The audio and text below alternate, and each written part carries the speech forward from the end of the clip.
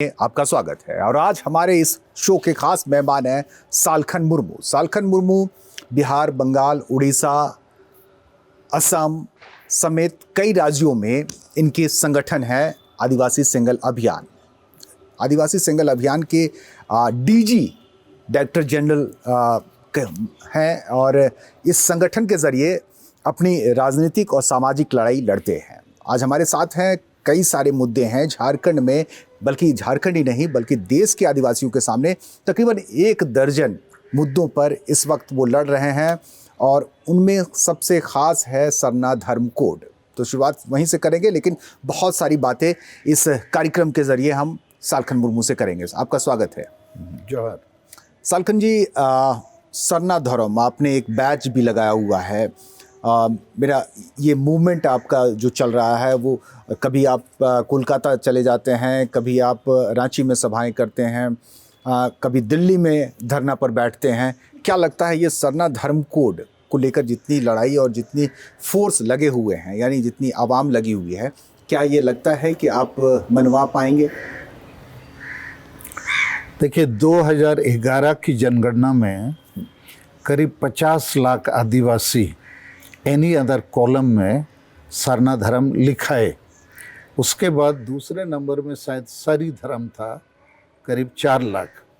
आदिवासी धर्म लिखाए थे करीब 45,000।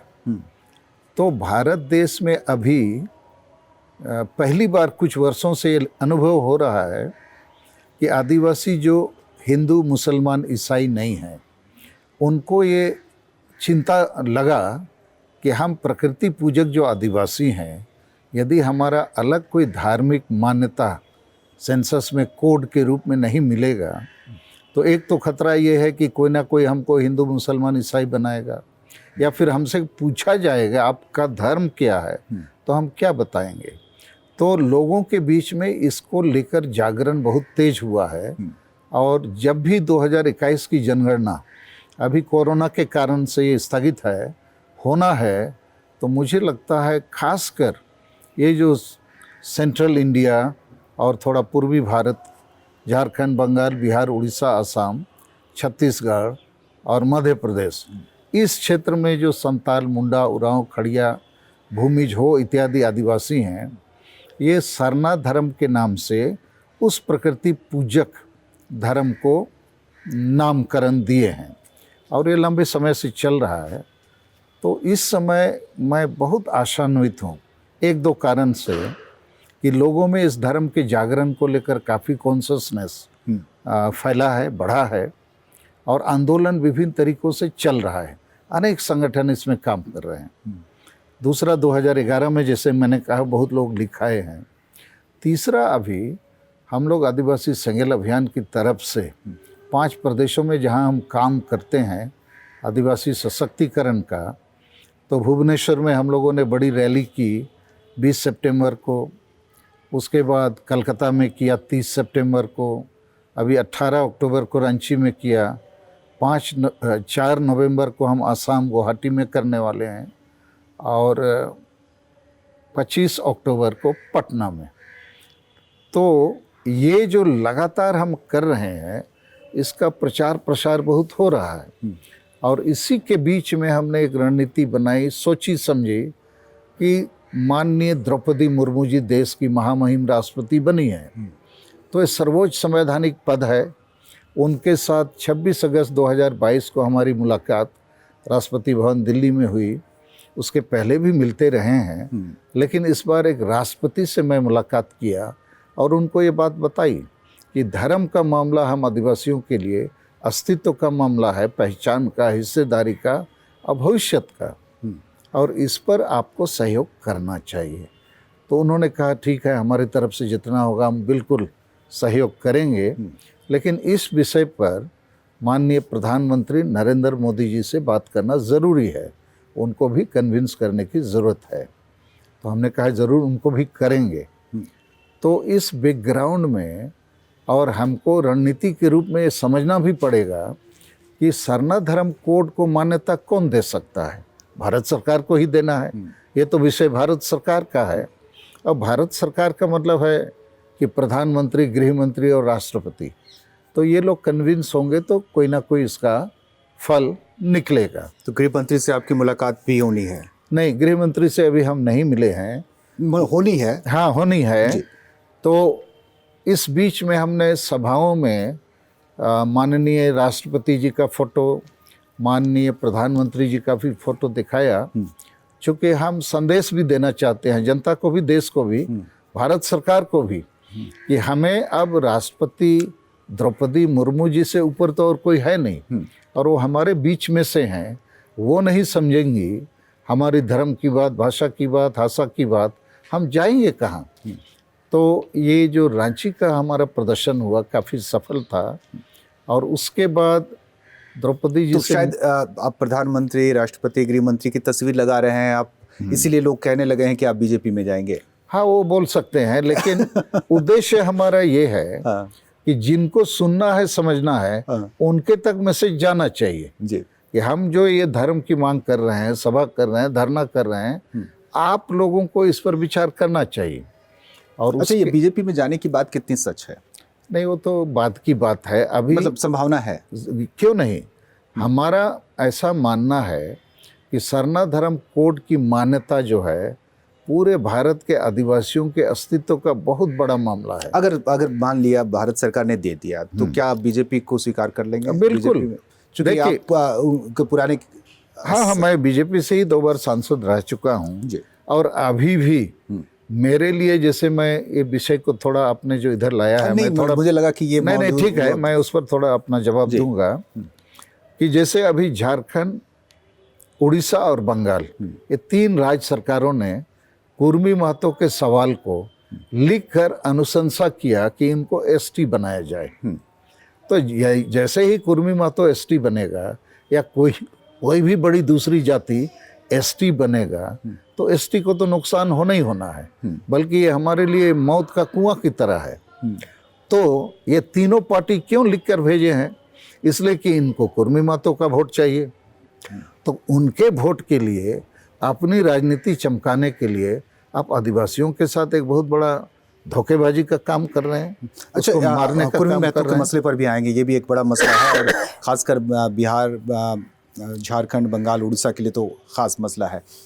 ये जानना चाहेंगे कि एक पत्र है, पढ़ा था मैंने तकरीबन 5-6 साल पहले, शायद रजिस्ट्रार जनरल ऑफ इंडिया का ही वो पत्र था कि सरना धर्म कोड के नाम पर आपको नहीं दे सकते क्योंकि कई सारे और भी सारी धर्म है, तो विदिन धर्म है, इस तरह बहुत सारे नाम हैं और अलग अलग आदिवासी अपने धर्म को अलग अलग नाम से जानते हैं या पहचानते हैं, तो इसलिए सरना धर्म कोड नहीं दे सकते। तो फिर ये सरना धर्म कोड के नाम पर ही हम क्यों आगे बढ़ रहे हैं? देखिए, ऐसा है, वो जो चिट्ठी आई होगी वो कोई तार्किक चिट्ठी नहीं है, कोई आधिकारिक चिट्ठी नहीं है, और रजिस्ट्रार जनरल ऑफ इंडिया की चिट्ठी नहीं है। ऐसा है, किसी विधानसभा में 10 आदमी खड़े हो जाएं तो हम यदि कहेंगे इतने लोग आप लोग खड़े हो गए, किसको हम एमएलए बनाएंगे? तो वोट होगा, जो सबसे ज़्यादा वोट लेगा उसी को ना आप एमएलए बनाएंगे। एक वैकेंसी है, 100 लोग अप्लाई किए, आप बोलेंगे इतने लोग अप्लाई किए हो तो किसको नौकरी देंगे? उसी प्रकार सरना धर्म या कोई भी गोंडी धर्म, भिली धर्म या सारी धर्म, विदिन धर्म, कई नामों से लोग मांग कर रहे हैं। उद्देश्य एक ही है कि हम हिंदू, मुसलमान, ईसाई नहीं हैं, हम प्रकृति पूजक आदिवासी हैं, हमको कोई एक धर्म अलग दे दो, मान्यता दे दो, ताकि हमारी अस्तित्व, हमारी पहचान बनी रहे। अच्छा, अब कुर्मी महतो वाले सवाल पर आ रहे हैं कि अगर कुर्मी आदिवासी बन जाए, ये आदिवासी का उनका डिमांड जो है वो बड़ा जोर पकड़ रहा है और उस जोर के बदले लग रहा है कि, और कुछ राज्यों ने जो अब सहमति दी है, तो लगता है कि कुर्मी आदिवासी बन भी जाएं, ऐसा उम्मीद है। एक छोटा सा ब्रेक ले लेते हैं, ब्रेक के बाद आते हैं। तो यही समझते हैं कि कुर्मी के आदिवासी कैटेगरी में आने से क्या नुकसान होगा और ख़ासकर राजनीतिक दलों को क्या नुकसान होगा और आदिवासी समुदाय को भी। ब्रेक के बाद आपका स्वागत है, आप देख रहे हैं द सोरेन शो, और द सोरेन शो में आज हमारे साथ हैं सालखन मुर्मू, आदिवासी सेंगल अभियान, झारखंड दिसुम पार्टी और कई संगठनों से जुड़े हैं और इनका आंदोलन का एक पुराना इतिहास भी है। 12वीं और 13वीं लोकसभा में ये सदस्य भी रहे हैं। तो कुर्मी महतो के जो आंदोलन है, उन आंदोलन को लेकर क्या एक खतरा नजर आ रहा है आपको एक आदिवासियों के समूह के बीच में? मैं वो सरना और नाम पर थोड़ा फिनिश करता हूँ जी। कि नाम बहुत लोग अलग अलग दे सकते हैं, उनको अधिकार है, उनका अपना अपना चॉइस है। लेकिन भारत सरकार के पास हमारा तर्क ये है कि 2011 की जनगणना में जब 50 लाख लोग सरना लिखाए, हो सकता है 2021 की जनगणना में 100 लाख लोग सरना लिखाएंगे, तो बाकी कोई 10,000 लिखा रहा है, 1 लाख, तो उसमें से जो लार्जेस्ट होंगे उसको आपको मानना चाहिए। largest आप interest पर बाकी आपको- लोगों का भी आप कंसिडरेशन करते रह सकते जी। हैं, लेकिन उनके कारण से हमको आप कैसे रोकेंगे? और बौद्ध और जैन भी 50 लाख से लगभग कम हैं, तो उनको आप मान्यता दे दिए। हम 50 लाख से ज़्यादा हैं, 2021 में हम 100 लाख भी कर सकते हैं, तो आप हमको नहीं रोक सकते हैं। और हम लोग कोशिश करेंगे सबको समझाने के लिए भी कि सब लोग प्रकृति पूजा धर्म की बात करते हैं अलग अलग नाम से। जैसे हमको पानी चाहिए तो कोई वाटर बोल सकता है, कोई जल, कोई नीर, तो दा बोलेगा कोई संताल या मुंडा या हो। तो उसी प्रकार सबके नाम का उद्देश्य वही है, तो हम लोग इस पर एक समझौता भी कर सकते हैं। लेकिन नाम के बखेड़े में यदि फंस जाएंगे या सरकार हमें फंसा देगी, तो फिर ये तो ना नाव तेल होगा ना राधा नाचे वाली बात होगी। तो इसलिए हम आशान्वित हैं बिल्कुल। कि हम लोग इसका एक रास्ता निकाल लेंगे। चलिए कुर्मी महतो पर देखिए, ऐसा है, मेरा नजरिया कुर्मी महतो को एसटी मिलेगा कि नहीं मिलेगा, ये जांच का विषय है। और भारत सरकार के पास इसके अपने मानदंड हैं, उसके संस्थाएं हैं, वैज्ञानिक तरीके हैं, तो उसमें वो सफल होंगे। तो मैं क्या कर सकता हूँ या कोई भी क्या कर सकता है? भारत के राष्ट्रपति और पार्लियामेंट को किसी को भी एसटी बनाने का अधिकार है। लेकिन हमारा कहना अभी ये है, एक जिम्मेदार आदिवासी नेता के रूप में, और आदिवासी हंसा भसा जाति धर्म इत्यादि की चिंताओं पर मैं लगातार काम करता हूँ, कि पॉलिटिकल पार्टीज पॉलिटिकल लाभ के लिए, वोट के लोभ लालच के लिए किसी को भी एसटी बनाने का एक दे देते हैं, ऑक्सीजन दे देते हैं, उनको चढ़ा देते हैं। तो ये अभी हो रहा है। जैसे इस समय ये जो कुर्मी महतो भाई लोग 25 सितंबर से एक सप्ताह माने 5 दिन तक रेल चक्का जाम किया था 3 स्टेट में, 3 स्टेट में, लेकिन बंगाल में ज़्यादा हुआ। तो इसके पहले ही झारखंड में जेएमएम के सारे एमएलए एमपी लिख के दे दिए कि इनको एसटी बनाओ। इनके अलावे दूसरे पार्टी वाले भी लिख के दिए जो आदिवासी थे। उड़ीसा में भी बीजू जनता दल वाले लिख के दे दिए, बंगाल में भी तृणमूल कांग्रेस वाले लिख के दे दिए। तो बात यहाँ ये होती है, इन पार्टियों को कुर्मी महतो एसटी बने या नहीं बने, इससे क्या मतलब है?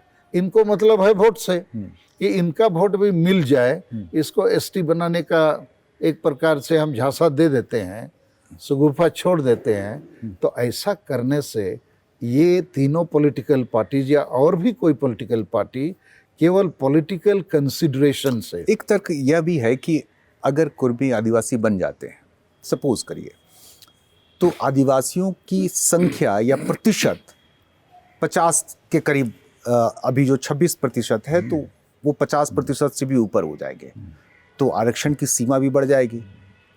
नहीं, ये तर्क सही नहीं है। तब क्यों ना हम सबको एसटी बना दे, 100% हो जाएगा। तो उसके लिए नहीं, आदिवासी को चिंता है, देश को भी चिंता होनी चाहिए। इस देश ने संविधान को बनाते समय एससी और एसटी को वर्गीकृत किया कि ये समाज में पिछड़े लोग हैं, इनको शिक्षा के क्षेत्र में, आर्थिक क्षेत्र में और बाकी सभी क्षेत्रों में आगे बढ़ने का अवसर मिले बाकी लोगों की तरह। तो एसटी एससी में आने के लिए किसी की पात्रता है कि नहीं, ये अपने आप में एक जांच का विषय होना चाहिए। केवल पॉलिटिकल कंसिडरेशन ने जो में शोध किया था, ट्रैवल इंस्टीट्यूट ने जो शोध किया था, उसमें उन्होंने उस अनुशंसा को या उसने तो रिकमेंड नहीं किया था। मैं उस पर भी अपने को नहीं रोकता हूँ। मेरा कहना है, कोई भी जाति यदि एसटी या एससी बनना चाहता है या ओबीसी भी बनना चाहता है, उसके लिए आयोग भी हैं, जांच के तरीके हैं, सरकार की संस्थाएं हैं। तो कुर्मी महतो वाकई में एसटी बनना चाहते हैं, या बनने की पात्रता रखते हैं तो पहले तो उसको प्रमाणित करना होगा ना। हम बोलचाल की भाषा में कह रहे हैं कि भाई ये लोग बार बार कहते हैं हम तो एसटी थे, हमको लिस्ट से हटाया गया है। यदि आप थे तो सारे डॉक्यूमेंट, प्रमाण, एविडेंस लेकर आप हाई कोर्ट या सुप्रीम कोर्ट जाइए, तुरंत बहाल हो जाइएगा। तो ये रेल रोकने का, राजनीति करने का, आंदोलन करने का जरूरत नहीं है। तो वो लोग कर रहे हैं नहीं कर रहे हैं उनकी बात है, लेकिन मेरी चिंता ये है इसी प्रकार राजनीतिक कारण से किसी को भी एसटी बनाने का ये हवा चलता रहेगा तो सीधे सीधे आदिवासियों को तो फांसी के फंदे में लटकाने वाली बात हो जाएगी, जो अभी भी हो रही है। ये मामला जो है ये बहुत साधारण सी बात नहीं है। हमारा दुर्भाग्य है कि इस समय कुर्मी महतो आदिवासी बनने के लिए आंदोलनरत हैं, विचाररत हैं, वो एकजुट होकर अपना मांग के प्रति वो ईमानदारी से कोशिश कर रहे हैं, लेकिन आदिवासी नेता लोग चुप हैं। एक तरफ अनुशंसा कर दिया कि हमको उसका भी वोट मिल जाए। जब उन्होंने अनुशंसा कर दिया, अपने हाथ काट लिए, तो फिर इसके बाद बोलने का, बिल्कुल आदिवासियों का गला घोंट दिया है एक प्रकार से और अभी चुप है। तो इस समय आदिवासी समाज में एक नया जागरण होना चाहिए कि जो भी नेता, जो भी पार्टी, जो भी संगठन या जो भी बुद्धिजीवी या जो भी अपने आप को सामाजिक और राजनीतिक रूप से आदिवासी समाज के प्रति उत्तरदायी मानता है तो उसको सामने आना चाहिए। तो मेरा ये कहना है हम कुर्मी समाज के साथ डायरेक्ट नहीं भिड़ेंगे, लेकिन अपने समाज के लोगों को जगा के ये समझाने की कोशिश करेंगे। यदि जो पॉलिटिकल पार्टी कुर्मी का वोट लेने के लिए कुर्मी को एसटी बनाने का झांसा दिए हैं, समर्थन दिए हैं, लिख के अनुशंसा किए हैं, उसके खिलाफ हम लोग को गोलबद्ध होना होगा ताकि इन पार्टियों को लगे कि कुर्मी के वोट के चक्कर में हमको आदिवासी वोट खोना पड़ेगा।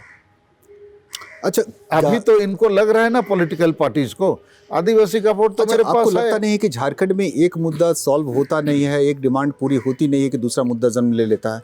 1932 के खतियान की ही बात कर लीजिए तो अभी मामला बड़ा शांत पड़ा हुआ है। जैसे निकाह हो गई, निकाह होने के बाद, शादी होने के बाद पति जो है वो पत्नी से, चूंकि अब शादी की बात हो रही है, तो पति अपनी पत्नी से प्यार करना छोड़ देता है। बात वैसे ही लग रही है। नहीं, देखिए 1932 का जो खतियान आधारित स्थानीय नीति बनाने वाली घोषणा अभी 14 सितंबर 2022 को माननीय हेमंत सोरेन मुख्यमंत्री जी ने किया, कैबिनेट में किया है और लागू अभी नहीं हुआ है। उन्होंने घोषणा किया कि हम लोग विधानसभा से पास कराएंगे, उसके बाद भारत सरकार को भेजेंगे और नवी अनुसूची में उसको शामिल करने के लिए अनुशंसा करेंगे। तो ये घोषणा और ऐसी जो बात है, इससे प्रमाणित होता है कि मुख्यमंत्री को खुद पता है कि ये लागू होने वाला नहीं है। और इसी साल बजट सत्र में 23 मार्च 2022 को उन्होंने विधानसभा में कहा कि ये लागू नहीं कर सकते हैं। हाईकोर्ट का तलवार पहले ही चला हुआ है, फिर तलवार आएगी। तो इस समय भी स्थानीय नीति बनाना, आरक्षण नीति तय करना, नियोजन नीति बनाना वो राज्य सरकार का दायित्व है। तो ये कहते हैं हम विधानसभा में पास करके भारत सरकार को भेज देंगे, तो भारत सरकार करेगी नहीं करेगी वो कैसे आप उसको कॉम्पेल कर सकते हैं। 9th अनुसूची में भी लैंड रिफॉर्म्स अर्थात भूमि सुधार कानूनों को वहाँ रखा जाता है ताकि उन कानूनों पर बार बार कोर्ट्स का हस्तक्षेप ना हो। तो ये जानते हैं कि इस 32 के खतियान आधारित जो स्थानीय नीति बनाने की बात है, तो ये कोर्ट में कोई ना कोई ले जाएगा कि पहले ही ये माननीय झारखंड हाईकोर्ट ने इसको खारिज किया हुआ है 27 नवंबर 2002 को। तो ये फिर कोई पीआईएल कर देगा या कुछ कर देगा तो फिर लटक जाएगा, ये इनको पता है। इसलिए वो चाहते हैं कि बैकडोर से 9th शेड्यूल वाला वो घर में ढुका रहे, और कोई कुछ ना करे। सीएम के ये कदम उठाने के बाद, हेमंत सोरेन के इस कदम उठाने के बाद मामला थोड़ा शांत या ठंडा नहीं पड़ गया है? अब कोई एजिटेशन अब नहीं हो रहे हैं? नहीं, एजिटेशन नहीं होने का कारण है जिनको विरोध करना था, जिनको चिंता करनी थी, उनको पता है तो लागू हो ही नहीं सकता है, इसको लागू किया ही नहीं जा सकता है। क्योंकि बाबूलाल मरांडी जी ने भी जब सीएम थे यही लागू किया था 32 का खतियान और 73% संयुक्त आरक्षण। इन्होंने क्या घोषणा किया कि 32 का खतियान और 77% संयुक्त आरक्षण। तो फर्क कुछ नहीं है। वो खारिज हो गया तो इसको भी खारिज होना है। लेकिन इन्होंने चालाकी से क्या बोला, हम लागू नहीं करेंगे, भारत सरकार को भेजेंगे लागू करने के लिए। ये हेमंत सोरेन सरकार की बात या इनका स्टेप अब तक लोगों को समझ में नहीं आया है। नहीं, हमको लगता है अब धीरे धीरे लोगों को समझ में आ गया, जिनको इससे नुकसान हो सकता है, जिनको लगता है, जैसे बिहारी भाई लोगों को, बाहरी लोगों को, उनको पता है लागू होना नहीं है, और आदिवासी लोग को कुछ समझ में आता नहीं है। तो मुझे जितनी समझ है, ये मात्र एक पॉलिटिकल स्टंट है, ये प्रैक्टिकल नहीं है, ये लागू नहीं हो सकती है। लागू हो सकती तो हेमंत सोरेन खुद कहता कि हम लोग इसको लागू करेंगे, तो लागू होगा ही नहीं। इसलिए उन्होंने क्या किया, विधानसभा में हम पास करेंगे तो दिल्ली भेज देंगे। विधानसभा में भी पास होने के बाद अब राज्यपाल महोदय उसको एसेंट देंगे कि नहीं, वो भी तो कानूनविदों का सलाह लेंगे। ये ऑलरेडी हाईकोर्ट में एक बार खारिज हुआ है, तो कोई चीज़ इलीगल हो जाए या अनकॉन्स्टिट्यूशनल हो जाए, उस पर गवर्नर आंख मूंद कर तो सही नहीं करेंगे। तो आदिवासी विधायकों ने भी, नेताओं ने भी, विधायकों ने भी वही काम किया। उन्होंने भी अपनी अनुशंसा लिख करके दे दी कि कुर्मी को आदिवासी बनाओ। उन्होंने भी अपने कंधे से कंधा झाड़ लिया, हाथ झाड़ लिया। वही हो रहा है। देखिए, इस मामले पर मैं ऐसा कहूँगा, चाहे कुर्मी वाला मामला हो, ये 32 के खतियान वाला मामला हो, या सरना धर्म कोड का मामला हो, या CNT SPT कानून आदि का मामला हो, या रोजगार का मामला हो, या संथाली भाषा को झारखंड में प्रथम राजभाषा बनाने का मामला हो, मेरी समझ से जितने आदिवासी जनप्रतिनिधि हैं, MLA हो, MP हो, या ग्राम पंचायत के प्रतिनिधि, मुखिया हो, प्रमुख हो, जिला परिषद के चेयरमैन या बाकी सदस्य, ये लोग ईमानदारी से आदिवासी रिजर्व सीट से जीते हैं, लेकिन ईमानदारी से आदिवासी समाज के लिए काम नहीं कर रहे हैं। एक छोटा सा वक्त है ब्रेक का, ब्रेक ले लेते हैं। ब्रेक के बाद आते हैं, राजनीति में ईमानदारी की ही बात करेंगे, क्योंकि आदिवासी नेताओं में ईमानदारी की जो कमी दिखती है, वो कमी कैसे पूरी होगी। ब्रेक के बाद आपका स्वागत है। आप देख रहे हैं the Soren show. The Soren show में हमारे साथ हैं आदिवासी सेंगल अभियान के DG सालखन मुर्मू, पूर्व सांसद और आदिवासी मामलों में सबसे मुखर नेता और संविधान के ज्ञाता। अगर झारखंड में अगर हम 2-3 नेताओं के नाम लें जिनको संविधान की जानकारी हो या संविधान को जिन्होंने पढ़ा हो, उनमें शीर्ष पर रह सकते हैं सालखन मुर्मू। 2 से ज़्यादा, मुझे तीसरा नाम मुझे याद नहीं आता। एक का नाम मैंने ले लिया, दूसरे का नाम आप खुद समझ लीजिए। संविधान की या विधायी कार्यों की जानकारियों का घोर अभाव भी हमारे नेताओं में होता है। कौन सा सेक्शन, कौन सा अनुच्छेद और पैसा कानून, इन सब चीज़ों पर बड़ा मामला उलझा सा लगता है। झारखंड में तो पूरी राजनीति ही उलझी हुई है। देखिए, पहली बात तो ईमानदारी की। ईमानदारी का मतलब घूस नहीं लेना नहीं होता है। आप विधायक हैं या सांसद हैं, तो विधायिका लेजिस्लेचर के रूप में आपको दायित्व है कि संविधान ने भारत के आदिवासियों के लिए जो भी न्याय और अधिकार दिए हैं उसको समझना चाहिए, समझने के बाद उसको लागू करनी चाहिए। तो झारखंड का ये दुर्भाग्य है कि बार बार आदिवासी ही मुख्यमंत्री रहे, बार बार आदिवासी ही ओपोजिशन लीडर भी रहे, सबसे ज़्यादा आदिवासी ही विधायक हैं विधानसभा में। ट्राइबल एडवाइजरी काउंसिल में 20 लोग होते हैं, तो उसमें भी लगभग सारे के सारे आदिवासी होते हैं। केवल एक बार रघुवर दास CM थे तो चेयरमैन हो गए, 19 लोग आदिवासी थे। लेकिन आदिवासियों का भला अभी तक नहीं हुआ, नीतिगत नहीं हुआ। ये पानी, बिजली, रोड, रास्ता, स्कूल, अस्पताल आदि बनाना, ये तो अपने से बनेगा। इसका बजट है, अफसर है, काम करने के लिए सारा व्यवस्था है। लेकिन असल बात है जैसे देश आज़ाद हुआ तो डॉक्टर भीमराव अंबेडकर और इस देश को आगे ले जाने वाले, सोचने वाले लोगों ने कुछ नीति नियम बनाए, संविधान बनाया।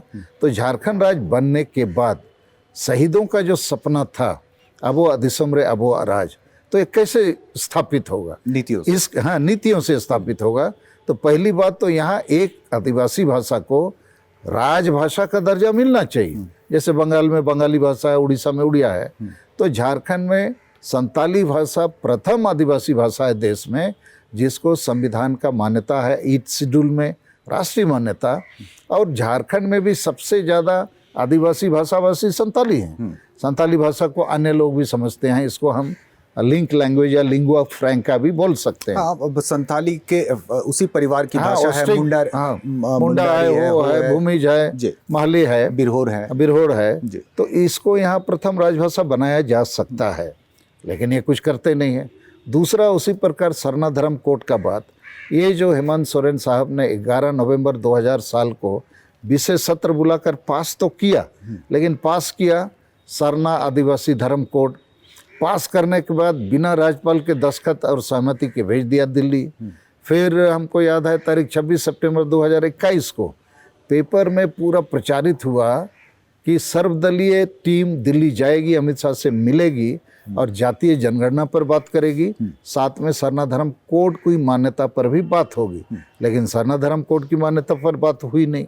फिर जब विधानसभा से 11 नवंबर 2000 साल को सरना आदिवासी धर्म कोड पास किया गया 2020 तो 2020 में, तो जेएमएम पार्टी के लोग पूरा लड्डू उड्डू बांट दिए, खुशियाँ मना लिए कि हो गया। ये विषय तो भारत सरकार का है। तो कहने का हमारा मतलब ये है, झारखंड में हमारे आदिवासी नेता जो भी हों, ना भाषा के सवाल पर, ना धर्म के सवाल पर, ना भाषा के सवाल पर, ना रोजगार के सवाल पर, ना संविधान में जो हमको अधिकार है 5वीं अनुसूची का सवाल, जंगल के अधिकार का सवाल, पेशा कानून, पंचायत के सवाल। पंचायत पेशा कानून के तहत ग्राम सभाओं को बहुत सारे अधिकार हैं और पावर के डिसेंट्रलाइजेशन का, पीपल्स पार्टिसिपेशन का बहुत सारे अधिकार हैं।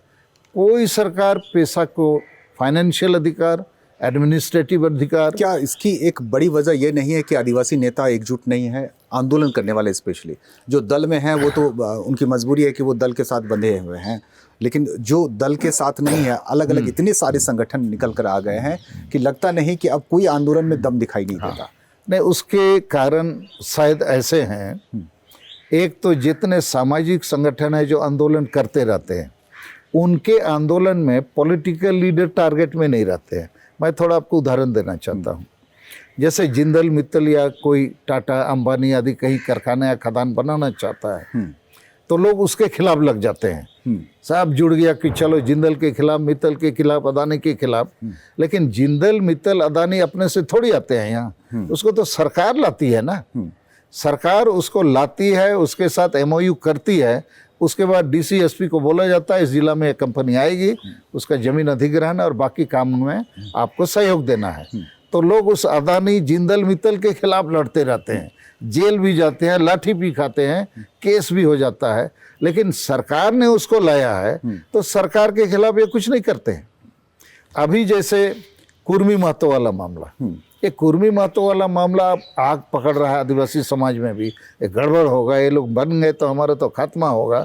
लेकिन किसने अनुशंसा किया, कौन लोग जिम्मेवार है, वहाँ तक ये नहीं जा पाते हैं। तो मेरा कहना यह है, 2 उदाहरणों से मैं कहना चाहा कि आदिवासी समाज में राजनीतिक कुपोषण है, माने पॉलिटिकल माल न्यूट्रिशन, और राजनीति को नहीं समझते हैं। राजनीति से ही फैसला होता है। एमएलए एमपी ही सरकार है, वही आपको जान मारेगा नहीं तो जान बचाएगा, वही आपको नौकरी देगा नहीं तो नहीं देगा, जमीन देगा नहीं तो जमीन लूटेगा। ये ठीक समझ नहीं है। और हमारे जितने नेता हैं उनको ये बात पता है कि आदिवासी जनता जो है उसको समझ कुछ आता नहीं है। वोट के समय हड़ियाँ, दारू, चकना, धोती, साड़ी, फुटबॉल जर्सी दे दो, खासी भेड़ा दे दो, वोट दे देंगे। तो ये जो परिस्थिति बनी हुई है कि नेता भी अपने समाज के साथ दगा कर रहे हैं, जनता राजनीति को नहीं समझ पाई है। तो ये जो झारखंड राज्य बिरसा मुंडा के जन्मदिन पर हम लोग को 2000 साल में मिला है, ये सपनों का झारखंड है। भारत देश रह जाएगा। सालखन मुर्मू किसी और नेता के साथ या किसी और संगठन के साथ एकजुटता क्यों नहीं बना पा रहे हैं, यूनिटी क्यों नहीं बना पा रहे हैं? देखिए, आपकी लड़ाई हमेशा मुझे अकेले ही दिखता है। तो ठीक है, मैं कोशिश कर रहा हूँ। जैसे कल 27 अक्टूबर 2022 को यहाँ धूमकुड़िया महासभागार है, करमटोली चौक के पास रांची में, हमने सारे लोगों को आमंत्रित किया है, पॉलिटिकल भी, सोशल भी, इंटेलेक्चुअल भी, कि चलो भाई जितने हम आदिवासी हैं हमारे सामने खतरा ही खतरा है। तो आदिवासी बचाओ विचार सम्मेलन के नाम से कई बुद्धिजीवियों को, पॉलिटिकल लीडर्स को, सोशल एक्टिविस्ट को, इंटेलेक्चुअल्स को बुलाया गया है, उसमें हम 14 आदिवासी महिलाओं को सम्मानित भी करने वाले हैं कल, कि ये लोग सक्रिय बने हुए हैं। लेकिन उस सम्मेलन का उद्देश्य है कि कौन सही है से इम्पोर्टेंट है, क्या सही है, इस पर हम लोग विचार करेंगे। नहीं, थोड़ी देर के लिए हम मान लें कि कोई एक नेता या कोई एक संगठन आदिवासी मुद्दों पर खड़ा है, लड़ रहा है, हम क्यों नहीं मिलकर एक बड़ी ताकत बनाएं? हम जितने बिखरे हुए हैं, और यही वजह है कि इस बिखराव का फायदा कहीं ना कहीं हमारे दूसरे संगठनों को मिल जाता है या दूसरे समुदाय को मिल जाता है। नहीं, आपका कहना सही है, लेकिन प्रॉब्लम यहाँ एक दो जो है, कल हम लोग इस पर विचार करेंगे। हमने सबको आमंत्रित किया है। पहली बात तो ये है, आपने क्या डायग्नोज किया है? मेरा डायग्नोसिस ये है कि आदिवासी समाज में मुद्दा, जैसे सामाजिक संगठन हो या राजनीतिक संगठन हो या कोई धार्मिक संगठन हो या माझी परगना व्यवस्था का संगठन हो, ये लोग मुद्दों पर स्पष्ट नहीं है। जैसे आदिवासी समाज कैसे बचेगा? उस समाज को यदि बचाना है तो भाषा भाषा, जाति, धर्म, इज्जत, आबादी, रोजगार, चाषबास और संविधान में जो अधिकार दिए गए हैं उसको आपको बचाना होगा। तो इसको सामने रखकर यदि संगठन काम करेंगे तो हम अलग अलग रहेंगे भी, तो भाषा के सवाल पर, धर्म के सवाल पर, जमीन के सवाल पर, रोजगार के सवाल पर हम एक हो सकते हैं। जैसे हमसे भी लोग सवाल करते हैं कि गोम के आप लोग इतना नेता, इतना पार्टी, इतना संगठन है, आप एक होइएगा तभी ना हम लोग जीतेंगे। तो मैं उसका जवाब ये देता हूँ, बंगाल में बंगाली जो है सब पार्टी में है, अनेक संगठनों में है, लेकिन जब भी उनके सामने सवाल आता है हमारे सोनार बांग्ला के ऊपर हमला होगा, उसकी भाषा, संस्कृति, इतिहास के ऊपर, तो सब लोग एक हो जाते हैं। बिहारी भी सब एक हो जाते हैं, बंगाली भी, उड़िया भी, सब लोग। लेकिन आदिवासी यहाँ चूंकि उसको ना भाषा, ना भाषा, ना जाति, धर्म किसी से लेना देना नहीं है। एक बड़ी फोर्स जो है, एक बड़ी ताकत जो है, मतलब मैन पावर जो है, वो उसकी उम्र जो है वो गुजर जाती है संघर्ष में ही, लड़ाई में ही, और इसका बड़ा फायदा राजनीतिक तौर पर कुछ दल उठा लेते हैं। नहीं, ठीक है, हम आपकी बात को समझ रहे हैं, लेकिन मैं जो बात बोलना चाह रहा हूँ कि जब तक आदिवासी संगठन, चाहे पॉलिटिकल हो या सोशल हो या यूथ एंड स्टूडेंट हो या रिलीजियस हो, उसको पहले एजेंडा तय करना चाहिए कि आदिवासी को बचाना है तो भाषा, संस्कृति बचानी होगी, जमीन बचाना होगा, धर्म बचाना होगा, रोजगार बचाना होगा, सब चीज़। ये नहीं बचेगा तो आप नहीं बचेंगे।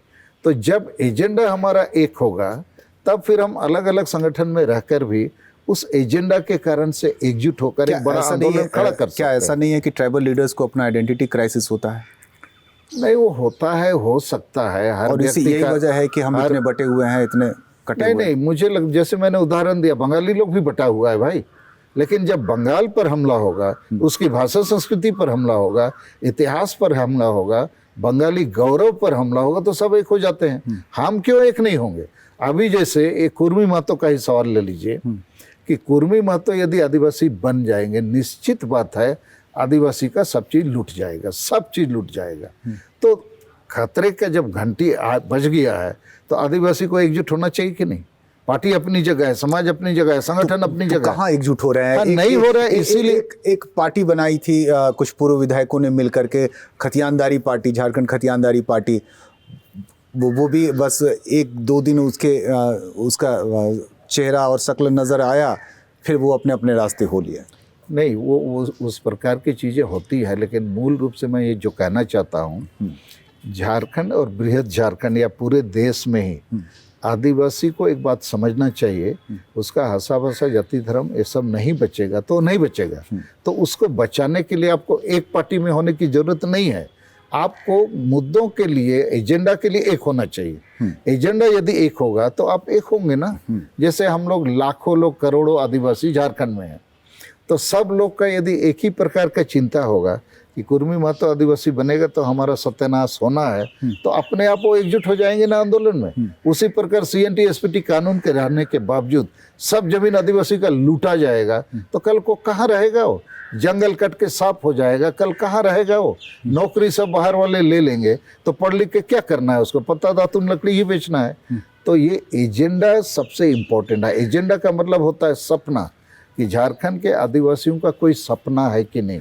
बिरसा मुंडा, सिद्धू मुर्मू तो सपना देखा, अंग्रेज से लड़ाई लड़ा, बलिदान किया, तो CNT SPT कानून बना है। आज तो इतने सारे पढ़े लिखे लोग हैं आदिवासी, डॉक्टर, इंजीनियर, ऑफिसर, प्रोफेसर, वकील हैं।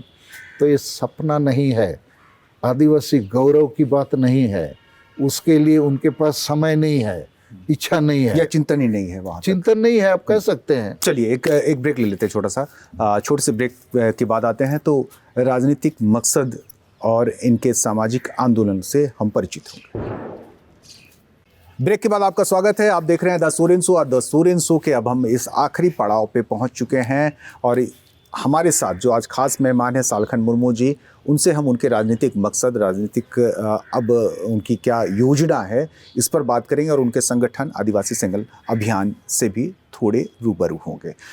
अब जैसा कि धीरे धीरे हम फिर से चुनाव की तरफ खिसक गए हैं, यानी तारीख उधर जा रही है, इस बार क्या करेंगे? देखिए, मैं पहले 24 में आपकी क्या भूमिका होगी? पहले हम एक रणनीति की बात करते हैं। मेरे हिसाब से भारत के आदिवासियों को और खासकर झारखंड के आदिवासियों को तय करना होगा एजेंडा क्या है। आपका सामाजिक संगठन हो या राजनीतिक संगठन हो, यदि एजेंडा में आशा भाषा जाति धर्म को बचाना नहीं है तो आप जनता को धोखा दे रहे हैं। चलिए हम वो मान लिए कि दूसरा बिंदु है कि यदि आपको लगता है कि ये एजेंडा सही है, इसके लिए काम करना चाहिए, तो एक बृहद एकता का कंसेप्ट और उस पर भी आपको काम करना होगा।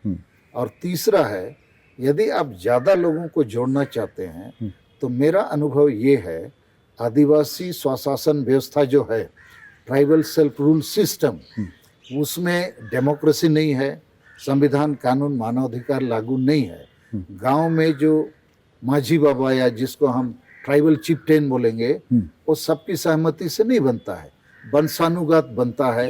माझी बाबा का ही माझी बाबा बनता है। हाँ, वो आपके मैं ये बात 3 बातें आप अपने अभियान के, आदिवासी सिंगल अभियान के तहत 3 बातें आप 3 बातों के लिए लड़ रहे हैं। हम उस सवाल पर आ रहे थे। अच्छा। लेकिन राजनीतिक तौर पर 2024 में आपकी क्या भूमिका होगी?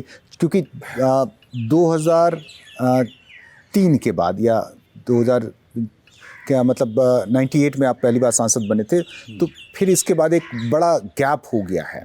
आप राजनीतिक तौर पर कामयाब नहीं रहे, कई चुनाव लड़े लेकिन चुनाव नहीं जीत पाए। देखिए, राजनीति में मैंने शुरू से अभी तक आशा भाषा जाति धर्म के लिए राजनीति किया है।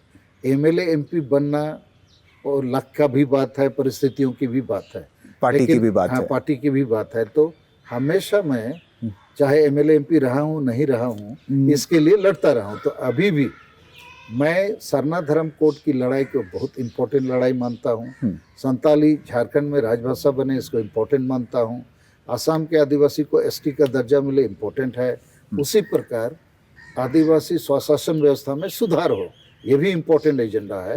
और 5वां एजेंडा हमारा है, झारखंड दिसोम या झारखंड प्रदेश जो है भारत के आदिवासियों का गढ़ है, ईपी सेंटर है। इसीलिए उड़ीसा छोड़ दिया आपने। मयूरभंज से आप सांसद थे, फिर वहाँ की राजनीति आपने समेट कर आप झारखंड आ गए। झारखंड में हम इसलिए आ गए, पहले भी हम तो झारखंड में पैदा हुए बढ़े हुए, यहीं पर हमारा सब कुछ है। तो झारखंड यदि नहीं बचता है, झारखंड से ही आदिवासी बेदखल हो जाएंगे। बेदखल केवल आबादी से नहीं, भाषा संस्कृति और सारी चीज़ों से, तो पूरे देश के आदिवासी, खासकर बंगाल, बिहार, उड़ीसा, असम और ये छत्तीसगढ़, मध्य प्रदेश के आदिवासी नेस्तानाबूत हो जाएंगे। तो इसको फिर से जीवित करना है, इसका पुनर्निर्माण करना है। तो इस समय मैं ऐसा मानता हूँ पॉलिटिकली कि झारखंड, उड़ीसा, बंगाल में जो दिख रहा है, यहाँ जेएमएम, वहाँ बीजेडी और वहाँ टीएमसी, ये लोग आदिवासी के लिए फिक्र नहीं करते हैं। इनको फिक्र है वोट और नोट की, सत्ता की। जैसे जेएमएम पर मेरा आरोप है कि लालू की पार्टी के साथ आपको गठबंधन करना है, वो लालू जिसने कहा मेरी लाश पर झारखंड बनेगा, तो ये प्रमाणित करता है कि आपको सत्ता इम्पोर्टेंट है। आपके लिए झारखंड का आशा भाषा जाति धर्म इम्पोर्टेंट नहीं है, सत्ता में बने रहना चाहते हैं। और दूसरी बात, जेएमएम पार्टी, ये मेरा आरोप है, गलत भी हो सकता है, जेएमएम पार्टी को बहुत मौके मिले, पिता पुत्र 5 बार मुख्यमंत्री बने, लेकिन आशा भाषा जाति धर्म का काम नहीं किया। और ये लोग अच्छे काम की वजह से सत्ता में नहीं है। ये लोग इसीलिए सत्ता में आते हैं क्योंकि मुसलमान और ईसाई जो हैं, इनको बीजेपी से डर है, तो जाएंगे कहाँ? कांग्रेस या जेएमएम के पास जाएंगे। तो जेएमएम यहाँ बड़ा पार्टी है, बड़ा भाई है, तो सब यहाँ वोट देने के लिए यहाँ आते हैं। तो इसकी वजह से जीतते हैं, ना कि जेएमएम पार्टी ने संताली भाषा को राजभाषा बनाने के लिए, ना सरना धर्म कोड को वाकई मान्यता दो दिलाने दशक के से लिए। आप तो दो मेरा दशक से कहना आप ये अपनी है। बात नहीं, मैं लोगों अभी तक पहुंच- कंक्लूजन में आ रहा हूँ। तो मुझे अभी ये लगता है कि लोहा को लोहा काटे की तर्ज पर बीजेपी को साथ देना पड़ेगा हमको, लेकिन मेरा कंडीशन है कि वो सरना धर्म कोड की मान्यता दें। और मैं बहुत खुश हूँ अभी कि द्रौपदी मुर्मू जी के सहयोग से और मेरा जो प्रधानमंत्री से मिलकर इन मुद्दों को हल करने की इच्छा है, तमन्ना है, उस पर एक सकारात्मक संज्ञान प्राइम मिनिस्टर ने लिया है, पीएमओ ने लिया है, और उन्होंने हमको खबर दिया है कि आप माननीय गृह मंत्री अमित शाह से मिलेंगे इन विषयों पर। तो इनसे मिलने से मुझे एक अवसर मिलेगा इनको समझाने के लिए कि आदिवासी को ये नली गली रास्ता और स्कूल अस्पताल बनाने से ना आपको वोट मिलेगा, ना आपकी पार्टी यहाँ सत्ता में आ सकती है।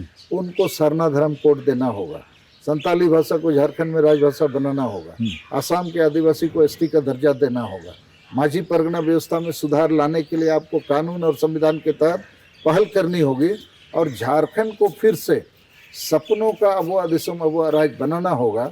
उसको बनाने के लिए यहाँ संविधान और कानून जो है उसको इन्फोर्स करना होगा। अगर ये पैसा का सवाल, अगर जंगल ये का सारी सवाल। बातें बीजेपी मान जाती है और या बीजेपी सारी बातें पूरी कर देती है, तब तो फिर कोई आंदोलन ही नहीं बचा। नहीं, आंदोलन तब भी है, उसको लागू करना होगा ना। और क्यों नहीं मानेगी? ये संविधान की बात है, ये कोई हवा वाली बात थोड़ी है।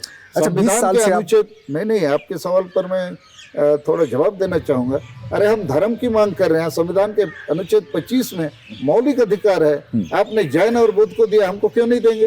हो सकता है अभी तक प्रधानमंत्री या राष्ट्रपति को ठीक से समझाया नहीं गया। जैसे मैं पहले भी कहा, हमारे सब नेता अपना जो राजनीतिक दायित्व है संविधान का पालन नहीं किया। उसी प्रकार हमारा कहना है एसटी, असम के लोगों को क्यों एसटी नहीं बनाएंगे? संताल सब राज्य में एसटी है, असम में क्यों नहीं होगा? संताली राजभाषा क्यों नहीं बन सकता है यहाँ? तो ये ऐसी चीजें हैं जो संविधान के तहत हैं। संताली को राजभाषा बनाने के लिए अनुच्छेद 345 है।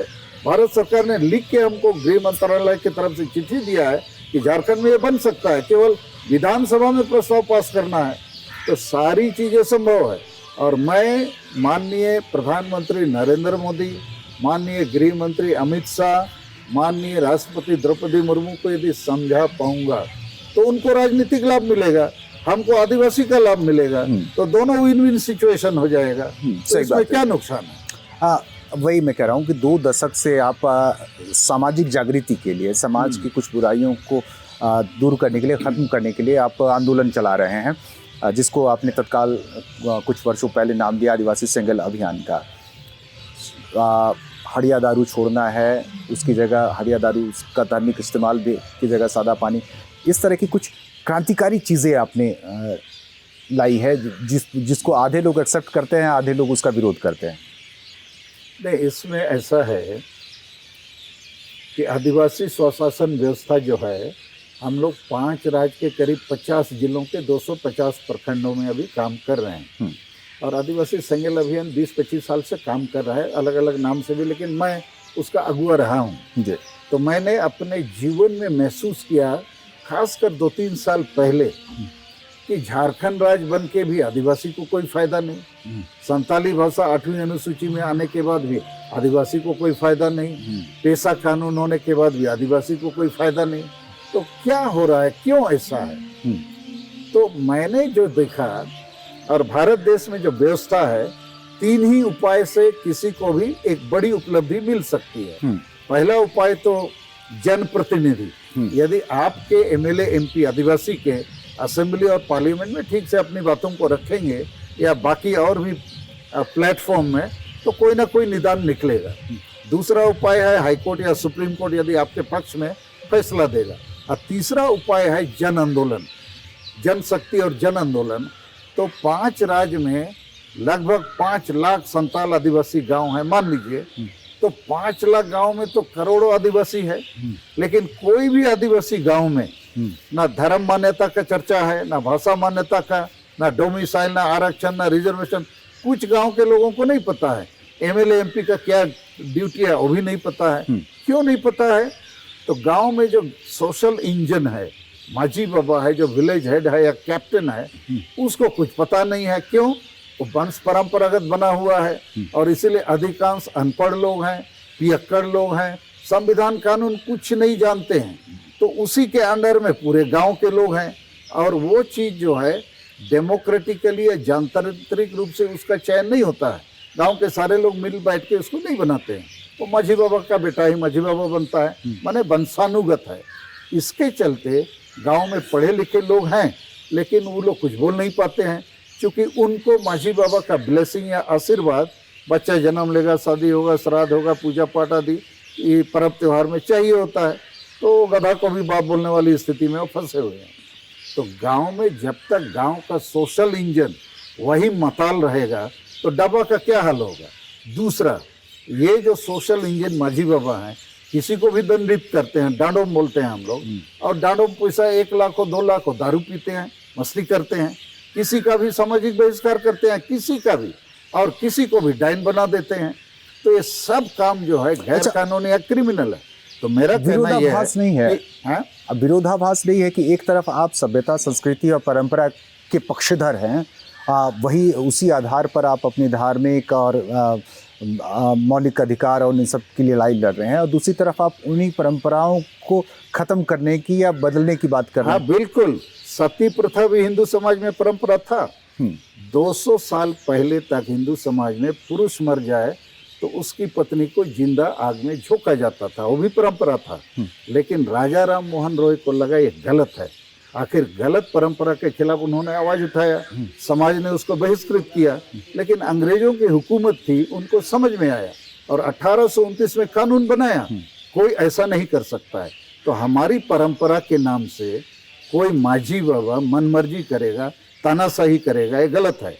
और जनतंत्र में हम लोग जीते हैं, तो माझी बाबा को भी गांव के सारे स्त्री पुरुष मिल बैठ के अपने गांव में से किसी को चुन सकते हैं ना, तब पढ़े लिखे लोगों को भी माझी बाबा बनने का अवसर मिलेगा। चलिए, अब हम परंपरा के नाम से मूर्ख आदमी, पियक्कड़ आदमी संविधान कानून नहीं जानेगा और भाषा का अधिकार, धर्म का अधिकार, जमीन का अधिकार, रोजगार का अधिकार पर गांव में बैठक ही नहीं करेगा तो जन आंदोलन कैसे होगा। ऊपर से सबको दंडित करेगा। अब परंपरा बोल के आप किसी को भी दंडित कीजिएगा। सामाजिक बहिष्कार के चलते क्या हो रहा है, हमने बहुत सारे लोगों को दुमका जिला में पूछा कि तुम लोग क्यों ईसाई बन गए हो। बोला ईसाई बनने से डांडोम बारोन दिन पनते नहीं है।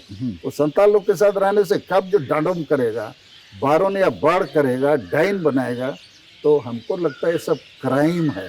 और भारत देश और संविधान से बड़ा किसी का भी परंपरा नहीं है, किसी का भी धर्म नहीं है। और ये चीज़ सुप्रीम कोर्ट ने करके दिखाया ना, 3 तलाक पर फैसला आ गया, साबरी वाला मंदिर में महिलाओं को प्रवेश निषेध था। तो उसी प्रकार माझी परगना व्यवस्था में भी जो काम मैं कर रहा हूँ कि माझी परगना व्यवस्था के नाम से आप गैर कानूनी, गैर संवैधानिक काम नहीं कर सकते हैं। क्या सोशल स्ट्रक्चर नहीं टूटेगा, बदलेगा? कैसे टूटेगा? माझी तो रहेंगे ही।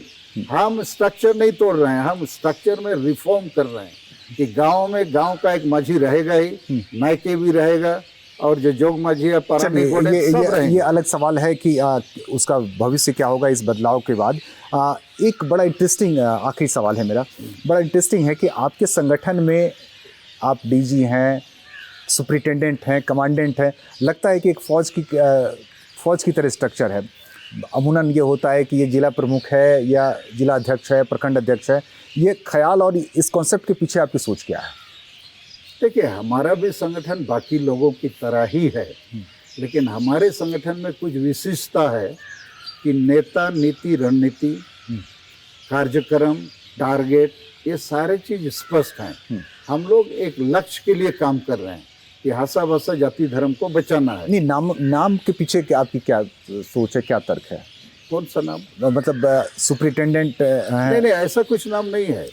हमारे यहाँ पर जैसे हम लोग सिंगल टावर बोलते हैं किसी को गांव में, या सिंगल वॉलंटियर या सिंगल सेना है। तो उद्देश्य ये है कि सिंगल एक वर्ड है, ब्रांड नेम की तरह। सिंगल बोलने से आदमी को समझ जाएगा ये लोग भाषा भाषा जाति धर्म बचाने वाला है, ये लोग माझी परगना व्यवस्था में सुधार लाने वाला है, ये लोग हानिया दारू की जगह बिरेलदा माने निर्मल जल से काम करने वाला है, और ये लोग अपने गांव में जुर्माना, सामाजिक बहिष्कार, डाइन, ये सब चीज़ खत्म करने वाला है। तो इसको हम लोग इस प्रकार से प्रचारित करते हैं। ताकि समाज में कुछ लोगों को स्पष्ट समझ में आ जाए। नहीं तो लोगों का चर्चा होता है ना, इसका कौन नेता है, इसका क्या नीति है, इसका क्या रणनीति है। तो इस नहीं, काम को हम लोग स्ट्रक्चर में जो आपने एक डीजी हैं जिनको रिपोर्ट नहीं, करेंगे, वो जो सुपरिटेंडेंट चीज हैं। आप कहना चाहते हैं वो ऐसा है, जैसे इसको लाइन एडमिनिस्ट्रेशन कहा जाता हाँ, है वही कि जैसे देश में राष्ट्रपति है, राज्यपाल है, मुख्यमंत्री है, मंत्री चीफ हैं, सेक्रेटरी सांसद हैं, कमिश्नर विधायक हैं, हैं, उसी हाँ, प्रकार हाँ। तो लोगों को पता होना चाहिए। जैसे माझी परगना व्यवस्था, पहले ऐसा नहीं था, हमने इसको शुरू किया कि गांव में तो माझी है, उसके बाद परगना जो होते हैं, कुछ गांव को मिला के कोई घाट परगना है, पीड़ परगना है। हमने कहा पंचायत में भी एक परगना बनाओ, ब्लॉक में भी एक परगना बनाओ, सब डिवीजन में बनाओ, जिला परगना बनाओ, प्रदेश परगना बनाओ, विश्व परगना बनाओ, ताकि प्रेसिडेंट, प्राइम मिनिस्टर ऐसा करके जो लाइन आ रहा है हमारा भी लाइन हो। और इससे क्या लाभ हो रहा है कि 5 प्रदेश के लोगों को हम एक साथ बांध सकते हैं। अन्यथा एक संताल गांव का मामला दूसरा संताल गांव का जो मामला इशू नहीं बनता है, उसके साथ कोई संबंध नहीं है। लेकिन अभी जितने संताल गांव हैं सबके ऊपर में पंचायत है, तो पंचायत में भी हमारा एक परगना है, पंचायत के ऊपर ब्लॉक है, वहाँ भी ब्लॉक परगना है, सिंगल ब्लॉक परगना है। तो उन लोग का कहीं पर कोई प्रॉब्लम होता है तो रिपोर्ट करता है, ऊपर तक जाता है, फिर वहाँ से सहयोग आता है। चलिए, बहुत बहुत शुक्रिया समय देने के लिए, अपने ख्याल, अपनी बात रखने के लिए।